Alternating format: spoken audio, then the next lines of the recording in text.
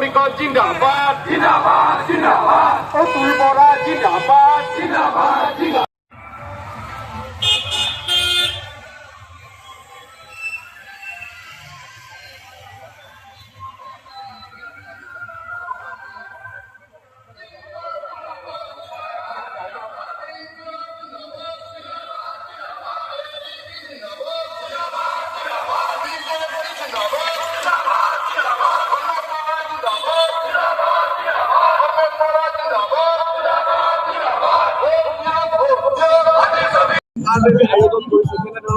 হয় আজি অন্তিম দিনৰ কাৰ্যসূচী হিচাপে আমাৰ বজালী বিধানসভা সমষ্টিৰ মিত্ৰজোঁটে দুটা কাৰ্যসূচী নিৰূপণ কৰিছিল।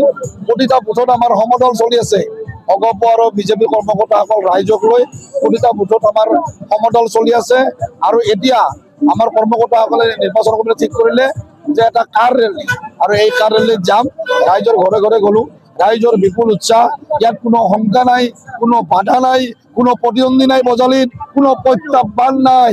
ৰাইজে মিত্ৰজোঁটক ভোট দিব, ডক্টৰ হিমন্ত বিশ্ব শৰ্মা ডাঙৰীয়াক ভোট দিব, আৰু মিত্ৰজোঁটৰ চৰকাৰখনক বিপুল ভোটৰ ব্যৱধানত দিছপুৰ আসনত বহুৱাই ৰাইজৰ যি মনৰ আশা, খিলঞ্জীয়া মানুহৰ মনৰ যি আশা, এটা এটাকৈ বাস্তৱত পৰিণত কৰিব।